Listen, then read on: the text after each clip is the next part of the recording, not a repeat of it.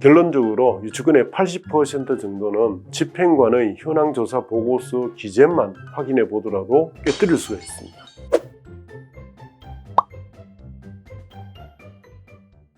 안녕하세요. 법무법인 효연의 대표 변호사 김재곤입니다. 이번 시간에는 유치권을 80% 이상 깨뜨리는 1순위 노하우인 대항력 깨뜨리기에 대해서 함께 살펴보도록 하겠습니다. 자, 유치권을 깨뜨리는 가장 쉽고도 중요한 1순위 방법이 뭔가? 그게 바로 유치권자가 경매개시 결정의 기입등기 이후부터 점유한 사실을 밝혀내어서 유치권을 깨뜨리는 것입니다. 그것을 유치권의 대항력을 깨뜨린다고 표현하죠. 여기서 경매개시 결정의 기입등기란 보통 경매를 채권자가 신청을 하면 경매법원이 특별한 사정이 없으면 며칠 내에 경매개시 결정을 하고 경매개시 결정의 기입 등기를 등기소에 촉탁해서 등기를 하게 됩니다. 그러면 등기하게 되면 등기부에 무슨 지방법원 2022 타경 매토 임의경매 또는 강제경매 이런 내용으로 이제 기재가 되는 것입니다. 그래서 일반인들로서는 등기부를 또 떼와야 되고 이 등기부에 경매 등기가 이렇게 되어 있는 것을 확인하면 이제 비로소 해당 부동산이 경매에 들어갔다는 사실을 알게 됩니다. 그 외에 이제 해당 물건에 이해관계가 있는 사람들은 수시로 이제 등기를 떼보거나 이제 소문을 들어서 알 수도 있겠죠. 이렇게 이제 경매 기입 등기가 되면 압류의 효력이라는 게 생깁니다. 압류의 효력은 압류란 게 이제 법원이 어떤 권리 처분을 못하게 묶어버리는 효력이죠. 그러면 이제 더 이상 어떤 권리 처분이 안 됩니다. 그래서 처분 금지 효력이라는 게 생기고 경매 기입 등기 이후에는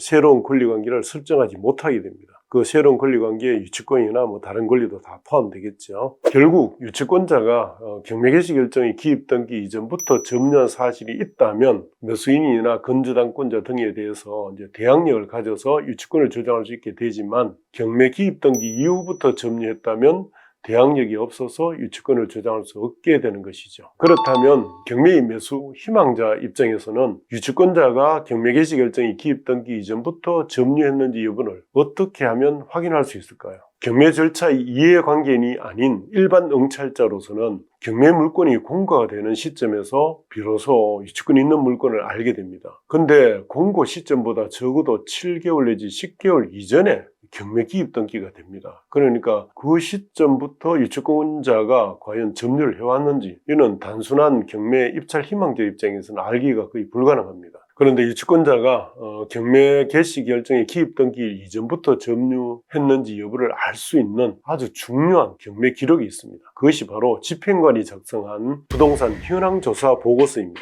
부동산 현황조사 보고서는 누구나 경매 기록을 열람해서 확인할 수 있습니다. 그리고 특히 경매 사이트 등에서도 확인이 가능합니다. 경매법원은 경매 신청이 되면 경매 기입 등기를 한 후에 집행관에게 이제 점유 현황 등 현황 조사를 명령하게 됩니다. 집행관은 법원의 명령을 받아서 경매 기입 등기일로부터 통상 한두 달 내에 임차인, 유치권 등 점유 현황을 조사해서 부동산 현황조사 보고서란 이름의 서류를 작성해서 경매법원에 제출합니다. 경매법원이 비록 경매 기입 등기일 이후에 작성된 현황조사 보고서이긴 하지만 집행관이라는 객관적인 제3자가 작성한 것이기 때문에 그 기재 내용을 신뢰합니다. 그래서 현황조사 보고서에 유치권자 점유가 기재되어 있으면 그 유치권자는 경매 기입 등기 이전부터 점유한 것으로 이제 추정해주고 있습니다.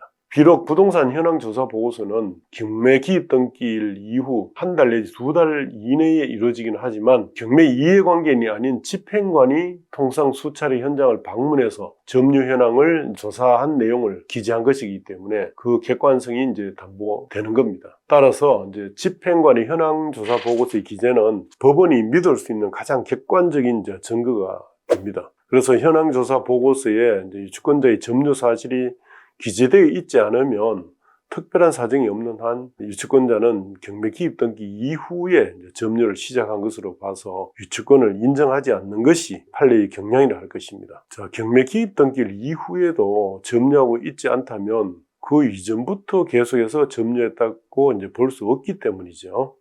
물론 낙찰자가 유치권자의 점유가 경매 기입 등기 이후 집행관의 현황 조사 사이에 이루어진 사실을 입증하는 경우에도 당연히 유치권이 이제 깨트려지겠죠. 관련 판결 이유 기재례를 한번 살펴보겠습니다. 경매법원의 촉탁에 의해서 집행관이 2004년 7월 19일, 2004년 8월 9일 이 사건 건물 등에 관해 현황 조사한 결과 김아무개, 이아무개, 신아무개가 이 사건 건물을 점유하고 있는 것으로 조사되고 피고인 유치권 주장자는 그 점유자로 조사되어 있지 않은 사실 등을 종합하면 유치권을 인정할 수 없다. 이런 판례. 그리고 또 경매법원의 점유 현황 조사 결과에 의하면 2005년 11월 17일 또 12월 9일, 2006년 1월 16일, 2009년 1월 13일 각 실시된 이 사건 강제경매 사건의 부동산 현황 조사 당시에 피고 즉 유치권 주장자는 이 사건 예식장의 점유자로 확인되지 아니한 사실을 인정할 수 있고 이렇게 유치권 인정하지 않는 이유를 설치하고 있습니다. 또 다른 판례를 보면 3회에 걸쳐 집행관이 현황 조사를 마친 후 작성한 부동산 현황 조사 보고서에는 이 사건 부동산의 임차인들이 점유만 조사되어 기록되어 있을 뿐 유치권을 주장하는 피고의 점유 관계는 전혀 기재되어 있지 아니한 사실,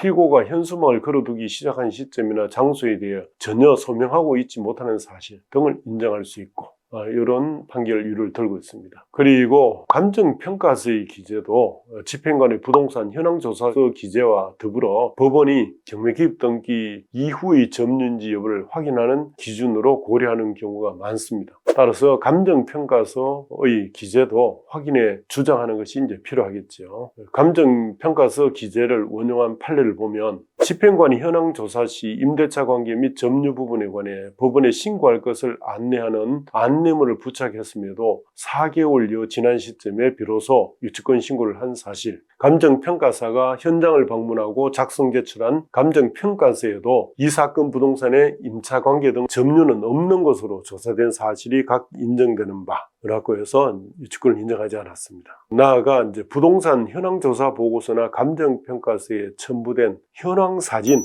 이 현황사진도 주시해 볼 필요가 있습니다. 현황조사 당시 촬영한 해당 부동산의 내외부 사진에 유치권 점유를 하는 외관이나 유치권 현수막을 내건 외관 등이 이제 존재하는지 여부도 매우 중요한 판단 기준이 됩니다. 즉 현장 사진에 유치권자가 점유하는 장면이 나타나 있거나 유치권 행사하는 내용이 현수막 등이 부착되어 있다면 유치권이 인정될 가능성이 매우 높은 것입니다. 한편 유치권자는 경매기입 등기 이전부터 점유하고 있었는데 하필 집행관이 현황조사하러 나왔을 당시에는 잠시 외출을 했다. 이런 이제 핑계를 대는 경우가 많습니다. 그러나 유치권자가 경매기입 등기 이전부터 점유해왔다는 객관적인 증거, 예컨대 경매기입 등기를 이전의 날짜로 촬영된 점유 사진, 신빙성 있는 증인의 증언, 이런 어떤 증거를 제출하지 않으면 법원이 그런 주장은 인정해주지 않는 경향입니다. 결론적으로 유치권의 80% 정도는 집행관의 현황조사 보고서 기재만 확인해 보더라도 깨뜨릴 수가 있습니다.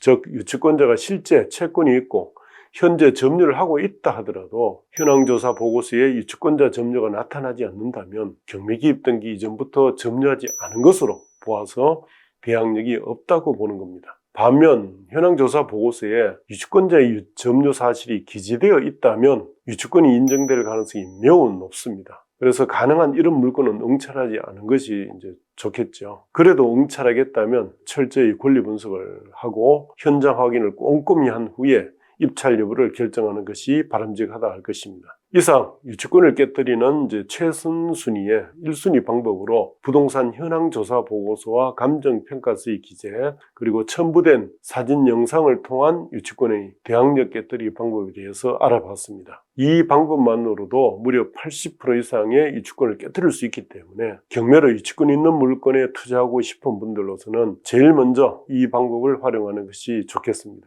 다음 시간에는 유치권자가 경매 기입 등기 이전부터 점유하는 등 다른 요건은 갖췄지만 공사도급 계약 관계를 가짜로 만들어 유치권을 행사하는 경우에 어떻게 깨뜨릴 것인가 여부에 대해서 살펴보도록 하겠습니다.